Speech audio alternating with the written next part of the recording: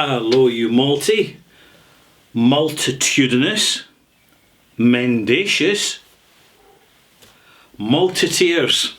And thank you to Ethan Live Reviews for that malt mention. I'm Ralphie. Welcome to the Bothy. Welcome to Ralphie Review 928, in which I'm revisiting a malt that I've had a lot of acquaintance with in the past. And it's now presented in 2022 as a kind of rebranded, but not too much rebranding, just some superficial label rebranding, non-chill filtered, natural coloured, 46% single malt, and it is 10-year-old Ben Nevis. I was actually about to say Glen Nevis there. Now this review won't take long.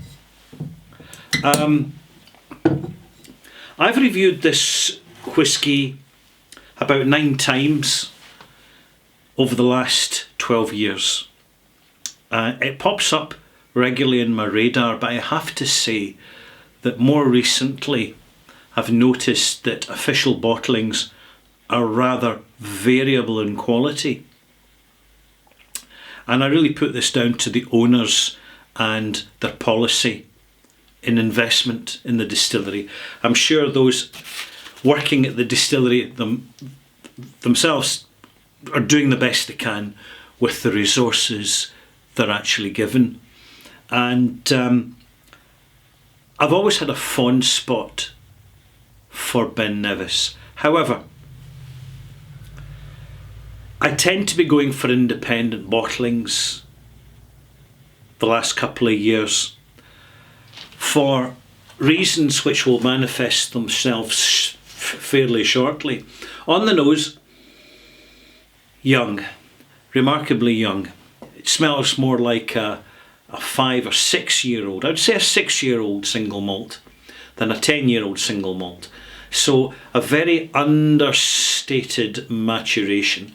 Certainly the integrity of the bottling seriously helps deliver this malt to the nose and to the palate. Thank goodness they haven't chill filtered or added colour to it. At least we can see from the colour that we have got what's going on.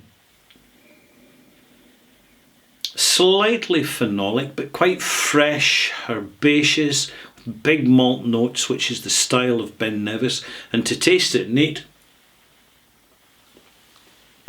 Oh, that's young. Very distinctive notes of well-rounded new make spirit.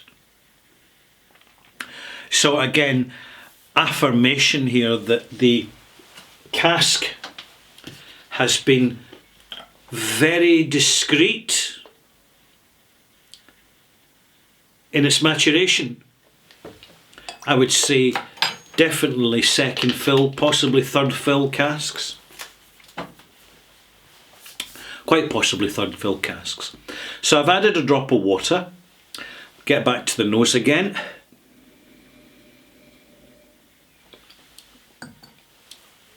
Reminds me a little bit of some lightly rested tequilas. Green, herbaceous.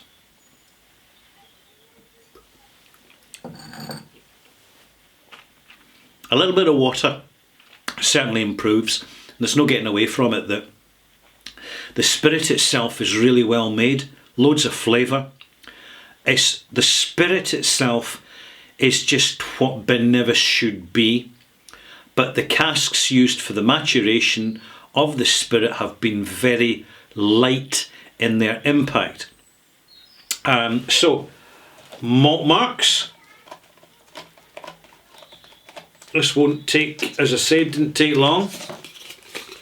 73 out of 100, and that is a malt mark. And I would recommend this malt as a great mixer with ginger beer or Coca-Cola. On the rocks in a tumbler with ice, plenty of ice, And if you buy a bottle, good luck to you. I'm Ralphie, over and out. 800 Ralphie Review 928 extras will be along just shortly.